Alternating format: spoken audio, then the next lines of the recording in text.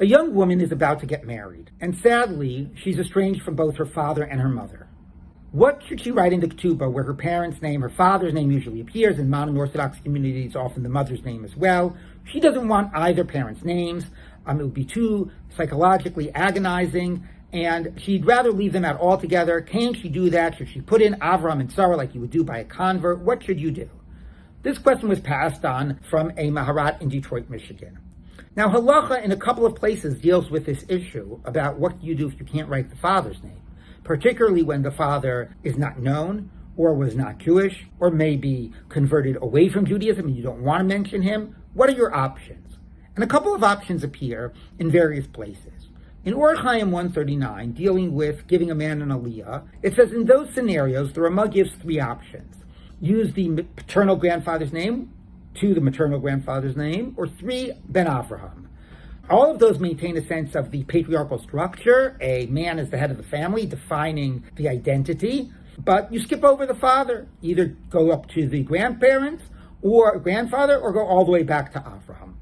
2 other options appear in Even Ezra 129 in Laws of Get, because one thing, it's about an aliyah, but a get or a ketubah is about a document that serves as a proof and that tells a story.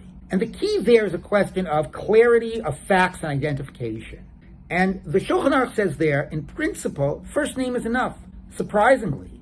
And therefore, in cases like this, you could just use first name.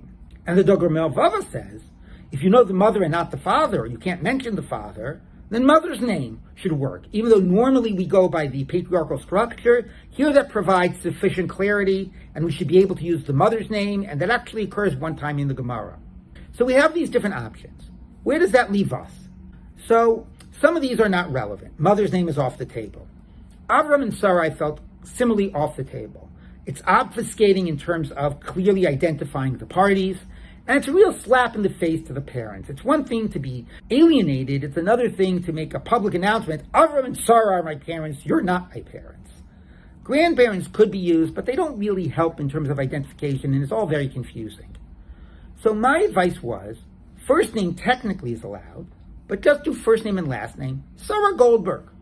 We say the family name anyway in most modern ketubot, and that is a great clarity of identification, much better in most cases than name and father's name, name and last name, especially when you know who the groom is, you know the location of the wedding, she's holding the ketubah.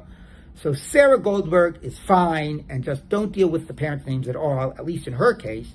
And if you want to make it parallel, in his case as well, although he might very well want to include his father and his mother and so on, they don't have to be parallel. So at the end of the day, you have these range of options, which comes up in different scenarios of aliyot and so on. And in this case, though, the best is just first name and last name.